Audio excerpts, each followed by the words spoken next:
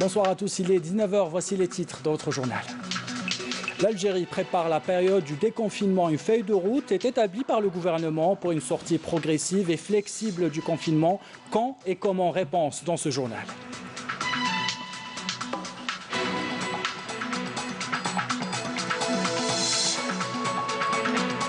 En exécution de la directive annuelle de préparation au combat au titre de l'exercice 2019-2020, le général-major Ammar Atamnia, commandant des forces terrestres, a supervisé hier en compagnie du général-major Alaïmia Hassan, commandant de la 4e région militaire, l'exécution de l'exercice tactique des tirs avec munitions réelles, un exercice exécuté par les unités du secteur opérationnel Nord-Est Inaminas. 104 nouveaux cas de contamination de coronavirus, 156 guérisons et 9 décès ont été enregistrés durant les dernières 24 heures en Algérie. Dans ce journal, nous vous dirons comment on traite les déchets d'activités de soins. Réponse dans un reportage.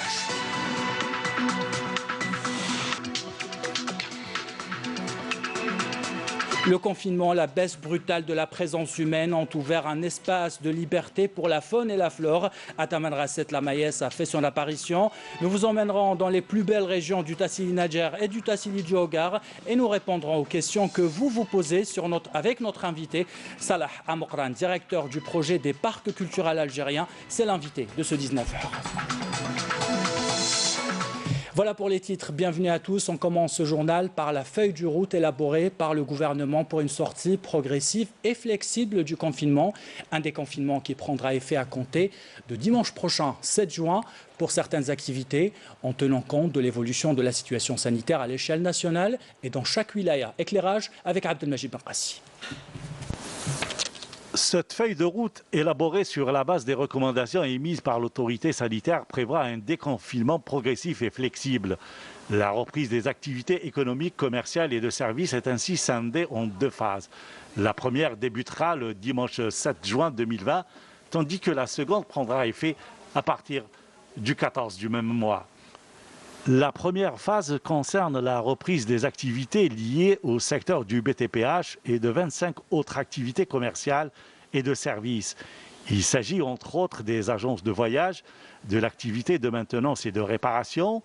Elle concerne également la vente à emporter de glaces et de boissons, des fast-foods, uniquement la vente à emporter, les douches à l'exception des hammams, la maintenance, le dépannage et le lavage de véhicules, les galeries d'art, les salons de coiffure pour hommes, ainsi que les marchés à bestiaux qui sont également concernés. La reprise de l'activité économique, commerciale et de services sera conditionnée bien sûr par le strict respect sur les lieux de travail ou de regroupement des mesures strictes de prévention sanitaire qui doivent être impérativement observées et appliquées par l'ensemble des opérateurs, commerçants, clients et usagers. Le non-respect de ces mesures donnera lieu à la fermeture immédiate du commerce ou de l'activité concernée et à l'application rigoureuse des sanctions prévues par la législation et la réglementation en vigueur. Le plan de reprise progressive et graduelle à partir du 14 juin 2020 des activités commerciales et économiques dans sa deuxième phase concernera d'autres activités qui seront identifiées et arrêtées par les pouvoirs publics en fonction de l'évolution de la situation sanitaire et du comportement des usagers. Il s'agit notamment de certaines activités de transport par taxi, ainsi que la restauration et les débits de boissons dont l'organisation sera précisée en temps opportun. Le Premier ministère rappelle toutefois que les mesures de sortie du confinement ne doivent en aucune manière signifier un retour à la vie normale, mais bien au contraire, inciter à la prudence et à la vigilance, car la menace de l'épidémie demeure omniprésente. En exécution de la directive annuelle de préparation au combat au titre de l'exercice 2019-2020, le général-major Ammar Atamnia, commandant des forces terrestres, a supervisé hier en compagnie du général-major Alaïmia Hassan, commandant de la 4e région militaire, l'exécution de l'exercice tactique des tirs avec munitions réelles Bourken 2020, qui a pour thème la brigade blindée dont la contre-offensive et la poursuite de l'ennemi dans la profondeur des territoires hostiles. Cet exercice a été exécuté par les unités du secteur opérationnel Nord-Est Inaminas. Les détails avec Adel Bouham. Adel Sadoun. Au niveau du champ de tir et de manœuvre du secteur opérationnel nord-est Inaminas, le commandant des forces terrestres a suivi un exposé présenté par le commandant du secteur opérationnel nord-est Inaminas sur l'idée générale et les étapes de l'exécution de l'exercice par les unités organiques de la 41e brigade blindée ainsi que des unités aériennes composées d'aéronefs et d'hélicoptères d'appui-feu.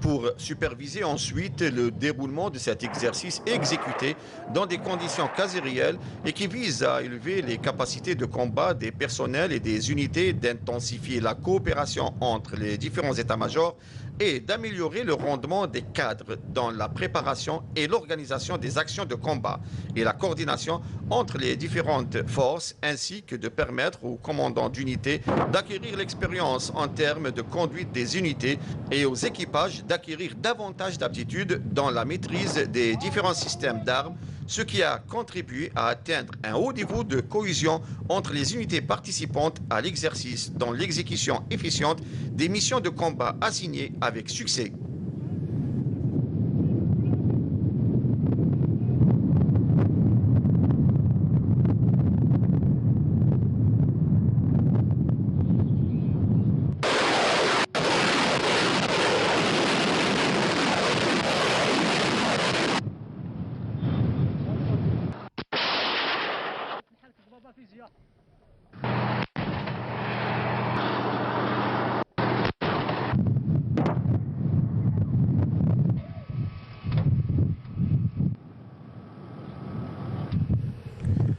Au terme de l'exercice, le commandant des forces terrestres a salué les grands efforts fournis par les éléments des unités participantes, en insistant sur l'importance de l'exécution de ce type d'exercice, dans l'acquisition de l'expérience nécessaire afin de renforcer la disponibilité opérationnelle et la hisser à ses niveaux les plus élevés.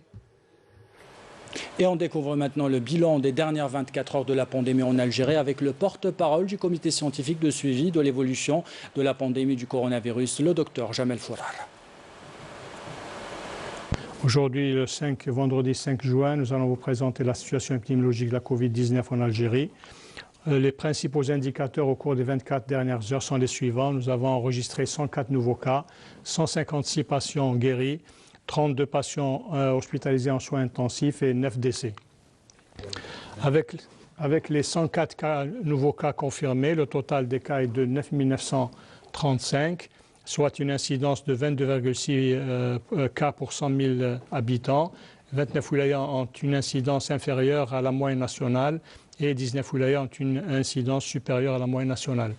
Et il est à noter que 17 wilayas n'ont pas enregistré de cas au cours des 24 dernières heures. Concernant les décès, nous avons malheureusement enregistré 9 décès, 2 à Msila, 1 à Béchar, 1 à Béjaïa, 1 à Blida, Bouira, Constantine, Sétif et Soukaras. Ce qui fait que le total cumulé de décès atteint les 690, avec 75% des décédés qui sont âgés de 60 ans et plus. Les patients guéris et qui ont quitté les établissements hospitaliers, leur chiffre, le nombre est de 6 453, dont 156 au cours des 24 dernières heures. Les patients ayant bénéficié du traitement à ce jour, leur nombre est de 18 950, dont 8 459 cas confirmés au laboratoire et 10 491 cas probables à l'imagerie médicale. En ce qui concerne les soins en réanimation, nous avons actuellement 22 patients en soins intensifs. Pour les messages importants, dans cette période cruciale de l'épidémie, elle appelle tous les citoyens à être vigilants et à respecter, à renforcer tous les efforts que fait l'État dans ce domaine. Et il est important de rester vigilant et en respectant bien sûr toutes les règles de prévention, notamment le masque de protection qui doit être mis en toutes circonstances. Merci de votre attention. Et le ministre de la Santé, de la Population et de la Réforme hospitalière, Abdelrahman Bouzid, était l'invité de l'émission Santé Mag. Je vous propose de suivre un extrait de sa déclaration sur le protocole thérapeutique adopté par l'Algérie. C'est nos collègues qui nous disent « nous avons d'excellents résultats ». Parce que c'est peut-être un peu nouveau cette fois-ci. Il y a une épidémie, il y a un comité scientifique. Et ce comité scientifique élabore tous les jours des instructions et on les envoie. Donc ils suivent les instructions. Tout le monde est satisfait. Nous avons plus de 10 000, j'ai donné le chiffre, nous avons 98% de bons résultats. Plus de 98. Moins de 2% de résultats. Alors les seuls troubles, c'est ce qui est mis dans la boîte. Quelques troubles digestifs, des ballonnements, des gargouillements, une diarrhée, une constipation, quelques prurites, une démangeaison, et quelques petits ennuis qui ont été pris en charge cardiaque. Donc, quelle que soit la situation, lorsque vous annoncez une situation, vous dites j'ai 98% de succès ou 95% de succès. Il n'y a pas beaucoup de situations où vous avez autant de succès. Alors, nous avons pris, mes collègues et moi, les membres du conseil scientifique, la mesure de mettre en marche ce traitement à la chloroquine le 23 mars. Nous étions parmi les premiers pays dans le monde à mettre en marche cette démarche thérapeutique. Une raison très simple, nous n'avions pas de traitement. Il n'y a pas de traitement du coronavirus. Oui. Il n'y a ni vaccin, ni antiviral. Il n'y avait que cela. Et la chloroquine est un médicament qui existe chez nous, c'est le médicament du pauvre. À la fabrication, ça ne coûte même pas 0,08% d'un dollar. Regardez un peu. Et ici, ça coûte même pas 400 dinars. Et on en a. Et on en fabrique ici. Et la matière première, on a eu un petit peu de difficulté, mais nous parvient maintenant d'Inde. Oui. Nous avons un stock. Et nous avons aussi rajouté l'azithromycine, qui est un antibiotique macrolide qui agit bien sur la sphère haute, respiratoire haute. Et nous avons démarré ce traitement. J'ai annoncé de façon officielle, il y a 2 ou 3 jours, l'implication de notre pays, parce qu'il y a eu un grand débat avec des situations contradictoires, oui, avec des dits et des non-dits, avec des attaques des uns et des autres. Nous étions uniquement spectateurs. Et on a dit, non, nous avons une expérience, puisque ce n'est pas une maladie connue depuis des siècles où on ne peut rien apporter de plus, sauf une maigre expérience. Voilà pour cette déclaration du ministre de la Santé, de la Population et de la Réforme hospitalière qui était l'invité de l'émission Santé Max cet après-midi sur Canal Algérie.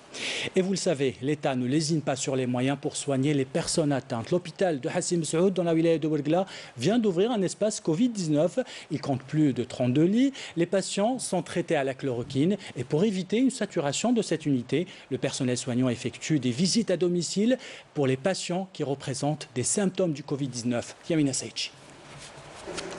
Un nouveau service Covid-19 a été aménagé par les équipes de l'hôpital de Hassim Saoud, doté de tous les équipements nécessaires à une prise en charge optimale des patients infectés ou même les personnes suspectées de l'être.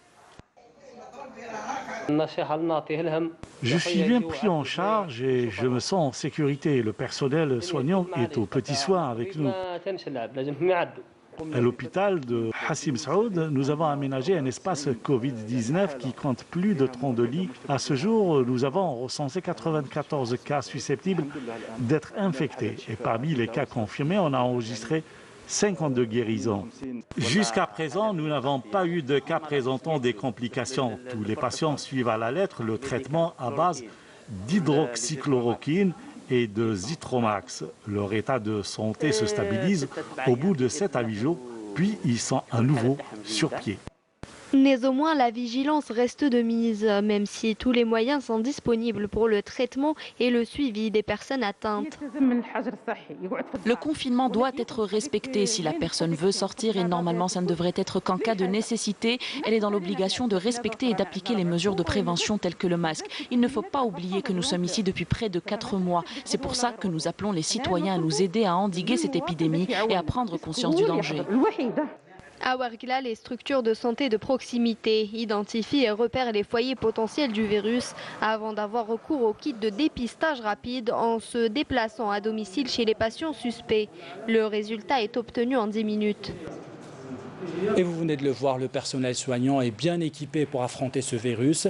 Masques, charlotte, blouses et combinaisons.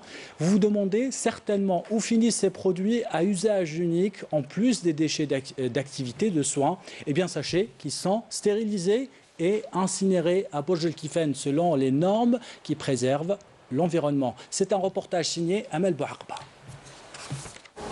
La pandémie de coronavirus a augmenté le recours aux équipements de protection comme les masques et les blouses, ainsi que les textiles sanitaires faisant bondir le volume des déchets liés aux activités de soins.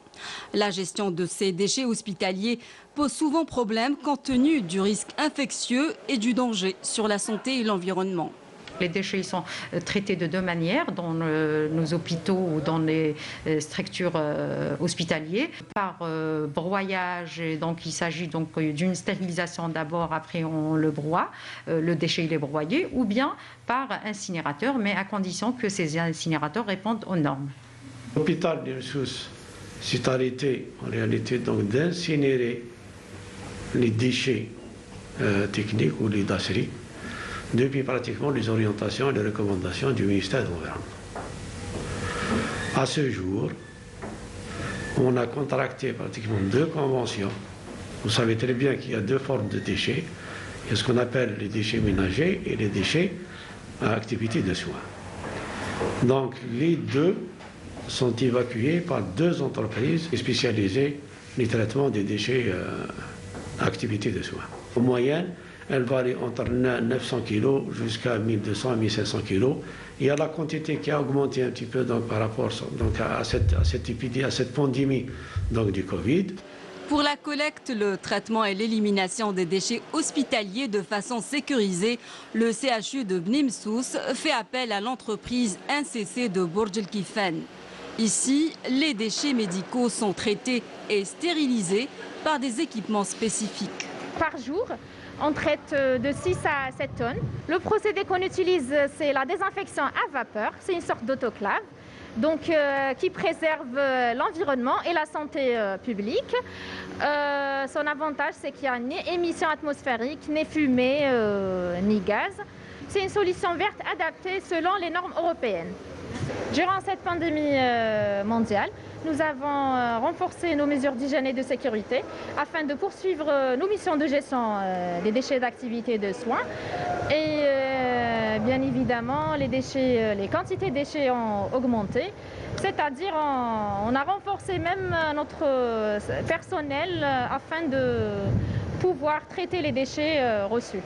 Tout comme les mesures de prévention, le traitement des déchets d'activité de soins à risque infectieux de façon rapide et sécurisée est un maillon essentiel dans la lutte contre le coronavirus. Et l'Algérie célèbre la journée mondiale de l'environnement. Il faut savoir que notre pays a tenu ses engagements en matière de protection de l'environnement et de réduction de gaz à effet de serre. Et cette période de confinement nous rappelle à quel point nous avons besoin de maintenir l'équilibre dans notre écosystème et préserver nos ressources naturelles. Reportage Saïd Fallak. Sous le thème « Un temps pour la nature », l'Algérie célèbre en ce 5 juin la journée mondiale de l'environnement dans un contexte de crise sanitaire liée à la pandémie du nouveau coronavirus. Paradoxalement, les experts s'accordent à dire que le plus grand bénéficiaire du Covid-19 est la nature. Les effets de la crise de la pandémie du coronavirus n'ont été positifs malheureusement que sur la nature et que sur l'environnement. La nature a repris tous ses droits pendant ces 4 mois. La nature s'est invitée partout. La nature s'est vraiment déployée et quand on constate ce qu'il y a au niveau de la pollution et des gaz à effet de serre, nous constatons une nette régression de tous les gaz à effet de serre, une reconstitution de la couche d'ozone. Malheureusement, c'est le coronavirus. Cette crise du coronavirus a réussi ce que nous n'avons pas réussi. Elle a réussi à faire baisser les 4 premiers mois de cette pandémie les gaz à effet de serre de 7%. Les faits démontrent que l'activité humaine a lourdement impacté les écosystèmes. Aussi, plus de 300 000 km² de couverts forestiers ont été ravagés à l'échelle internationale par les incendies de 2010 à 2015, en raison du climat ou le plus souvent à cause de l'imprudence de l'homme. L'Algérie a respecté tous ses engagements pour ce qui est de la réduction d'émissions de gaz à effet de serre et atteint tous ses objectifs en matière de développement durable en ratifiant plusieurs conventions internationales. Le ministère de l'Environnement et des Énergies renouvelables a établi enfin un programme riche étalé sur un mois afin de célébrer cette journée mondiale de l'environnement. Et cette journée mondiale de l'environnement est l'occasion pour nous de redécouvrir la beauté et la richesse exceptionnelle du parc national du Tassili Nadjer et du parc national du Tassili Djokhar. Ils sont classés patrimoine mondial de l'UNESCO. La richesse faunistique de ces parcs fait l'actualité depuis le mois de mars avec la réapparition de la maïs, le guépard du Sahara à Tamanrasset. En voici un résumé avec Yamina Saïchi. L'engagement de l'Algérie pour la protection de l'environnement et la conservation de son patrimoine naturel est indéniable, vu les efforts portant au renforcement du cadre législatif et institutionnel pour la préservation de la biodiversité. Le secteur de la culture est un partenaire fédérateur pour la traduction des efforts consentis par notre pays en faveur de la conservation de notre diversité biologique, notamment celle dont regorgent les wilayas du sud du pays, dans les régions mythiques telles que la Hagar et le Tassili Nadjer, et ce, à travers la mise en place d'un réseau de parcs culturels. Ces parcs reconnus comme des territoires d'exception offrent une combinaison parfaite entre nature et culture. Le protocole innovant, alliant connaissances scientifiques et savoir écologique traditionnel détenus par la population locale, a permis d'enregistrer des résultats remarquables en matière de suivi de faune sauvage, à l'instar de l'observation directe de la maïs, guépard saharien, réalisée en mars 2020 dans le parc culturel de la Hagar, ainsi que l'inventaire de diverses espèces d'intérêt à l'exemple du mouflon à manchette et de la gazelle d'Orcas. Des résultats hautement appréciés en faveur de la protection de la biodiversité et de la lutte contre la perte accélérée de ces espèces emblématiques de nos territoires. La présence du guépard saharien, espèce en voie d'extinction, renseigne sur la valeur écologique des habitats naturels de la Hagar, d'où l'urgence de renforcer ce résultat dans une perspective durable permettant le maintien de cette espèce parapluie. Un objectif qui sera traduit par l'élaboration d'un plan pour la conservation du guépard saharien dans les parcs culturels du Tassili Nadjer et de la Hagar. Et Salah Hamoukran, directeur du projet des parcs culturels algériens au ministère de la Culture, est l'invité de ce 19h. Merci d'avoir répondu à notre invitation. Alors nous avons la chance de vivre dans un pays quand même qui regorge de parcs culturels. Pourquoi il est si important aujourd'hui de les préserver, M. Hamoukran ? Je vous remercie pour l'invitation, pour partager avec vous cet intérêt au parc culturel. Comme vous l'avez dit, l'Algérie dispose aujourd'hui de 5 grands parcs culturels localisés dans les régions sud du pays. Ils couvrent 10 wilayas du Grand Sud et sont gérés par le ministère de la Culture, dont le principe d'indissociabilité culture et nature. L'intérêt, non seulement que ces territoires d'exception sont riches en matière de patrimoine, que ce soit patrimoine naturel ou culturel, mais aussi si c'est des lieux de mémoire et de synergie et d'évolution et d'interaction entre l'homme et la nature. Très bien. Depuis les temps préhistoriques, bien sûr. Et cette journée internationale de l'environnement est placée aujourd'hui sous le thème de la biodiversité et la lutte contre la déperdition des espèces et de leur milieu naturel. En Algérie, à Tamanrasset, le guépard du désert ou la maïs a fait l'actualité ces derniers temps. Oui, bien sûr. Permettez-moi de revenir juste un petit peu sur la genèse de ce travail exceptionnel et remarquable fait par des équipes de chercheurs, de jeunes chercheurs algériens, sous tutelle du ministère de la Culture. Tout ce travail est fait dans un cadre d'un programme de coopération internationale, un programme de conservation de la biodiversité d'intérêt mondial dans les parcs, exécuté entre le ministère de la Culture et le programme des Nations Unies en Algérie depuis maintenant 2013. Aujourd'hui, avec ces résultats, bien sûr, on a enregistré beaucoup de résultats et les derniers résultats, c'est l'enregistrement et c'est l'inventaire de toute la faune et la flore de ces territoires. Et comme on dit, au final, donc on a eu toute la chaîne alimentaire, donc toute la chaîne jusqu'à la MES, qui est l'espèce parapluie, donc il est au sommet de la chaîne. Donc ça nous donne l'idée sur l'intérêt et l'état de conservation.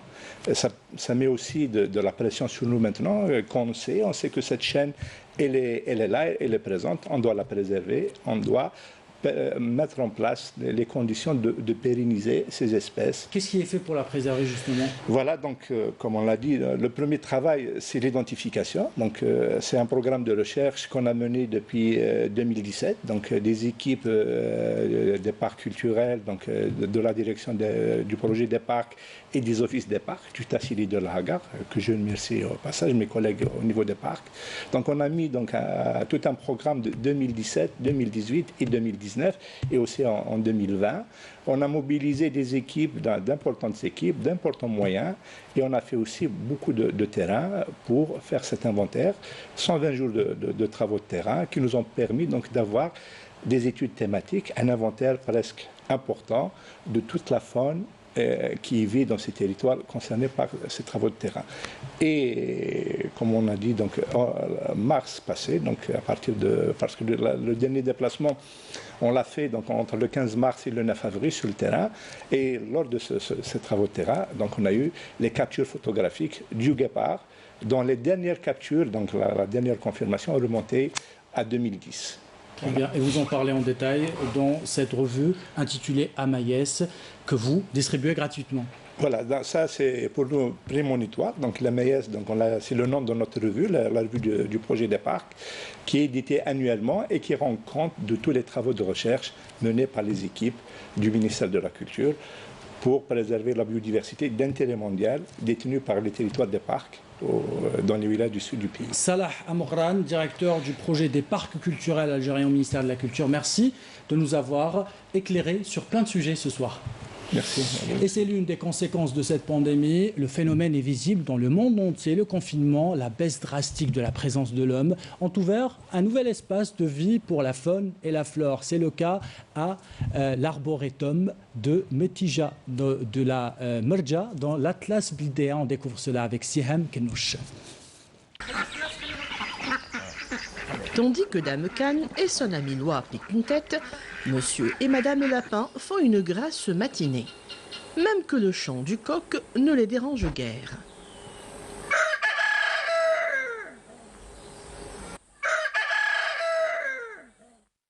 En fait, ça fait un bon moment que la faune et la flore de l'arboretum d'El Merja, dans l'Atlas Bildéa, n'ont pas été dérangées. Depuis la mise en place du confinement, la nature semble avoir repris ses droits par endroits. Le confinement a permis aux animaux de reprendre ses droits, vu la diminution et la réduction de transport motorisé. Le confinement il a donné un avantage pour le retour de papillons, des oiseaux et des poissons qu'on a auparavant on a manqué de les voir sur le terrain. Le cacappement des pintades se met au diapason des chants d'oiseaux. Noix et noisettes prennent tout leur temps pour bien mûrir. D'habitude, il y a beaucoup de monde ici. On profite du confinement pour mieux travailler et planter de nouveaux arbres sans que ces derniers soient endommagés. La diversité de cet arboretum est importante. Depuis sa création en 1935, 160 espèces y ont été introduites. Comme ce cyprès du Tassili qui tient bon. Il y a des différentes espèces ici. Nous avons toutes sortes de pins, le cyprès. Nous avons aussi le sapin de Numidie. L'endroit jouit d'une grande biodiversité. Avec la pandémie du coronavirus, la nature a trouvé un moyen de faire un break et de se régénérer. Comme quoi, à quelque chose, malheur est bon. Alors si un jour vous descendez dans ces jardins, prenez le temps de cueillir du romarin, Joli coquelicot nouveau. Et les scientifiques sont même surpris de la vitesse à laquelle ces changements sont apparus. On termine ce journal par une belle initiative des artistes de plusieurs pays africains en collaboration avec le plus grand réseau social au monde et le comité de la Croix-Rouge et du Croissant-Rouge ont lancé une campagne numérique Africa Together pour appeler à la vigilance face au Covid-19 et contre la désinformation aussi. Plusieurs artistes africains ont répondu à cette invitation. L'Algérie a été représentée par le groupe Day. Si vous avez raté le concert, voici un aperçu avec Amaka Jaja et Youssef Dahmen, un groupe touareg libyen.